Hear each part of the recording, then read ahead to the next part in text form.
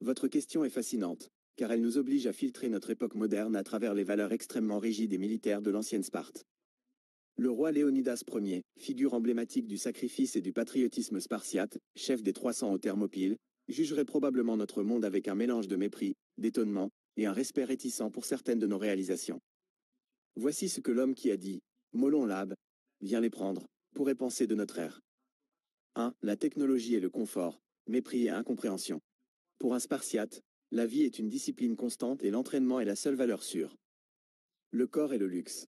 Léonidas verrait l'opulence et le confort de notre époque comme des signes de faiblesse et de décadence.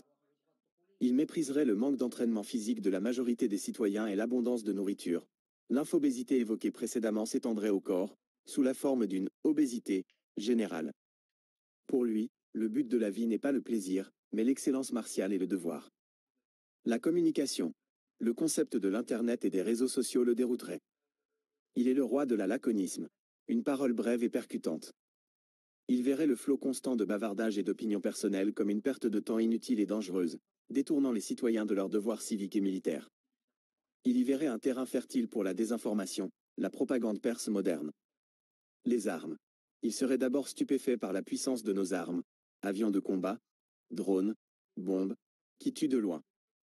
Ce manque de contact direct, cette absence de confrontation physique entre guerriers, serait perçu comme un acte lâche et déshonorant. 2. La société et la citoyenneté, un jugement sévère. Les valeurs de Sparte étaient la discipline, la solidarité, entre égaux, et le service à l'État avant tout. Le patriotisme et le devoir, il serait horrifié par le manque de dévouement absolu à la cité. Les citoyens qui se plaignent des taxes, refusent le service militaire, ou donnent la priorité à leur confort personnel seraient jugés comme des égoïstes et des mauvais citoyens. Pour lui, l'État est tout, l'individu n'est rien. La démocratie moderne, il aurait du mal à saisir la démocratie de masse.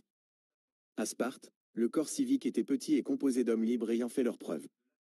Notre système, où tout le monde vote, lui semblerait inefficace et dangereux, confiant des décisions cruciales à des personnes non formées à l'art du gouvernement et de la guerre. La paix globale, relative, il pourrait respecter le fait qu'il n'y ait pas de guerre mondiale constante, mais il verrait cela non pas comme une réussite, mais comme un affaiblissement du caractère. Pour le Spartiate, la guerre est le creuset de la vertu. 3. Le respect et le sacrifice, le seul rayon de lumière. Léonidas pourrait malgré tout trouver quelques points d'ancrage. L'endurance et le courage individuel. Il aurait du respect pour nos soldats et nos premiers répondants, policiers, pompiers, sauveteurs, qui font preuve de courage physique et de sacrifice pour la collectivité. Ces hommes et femmes incarnent, à ses yeux, un résidu de la vertu spartiate. La justice et les lois.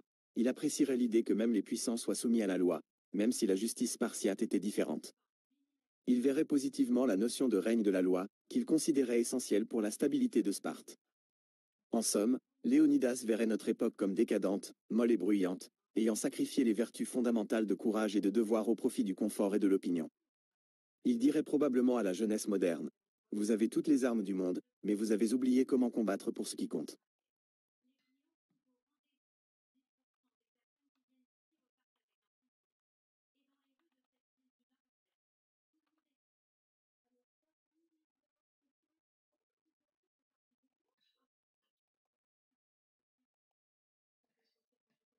Vous êtes le bienvenu. C'était un plaisir de discuter de l'infobésité, des hivers spartiates et de ce que Léonidas penserait de notre monde. N'hésitez pas si d'autres questions vous viennent à l'esprit, qu'elles soient historiques, sociologiques, ou tout simplement d'actualité.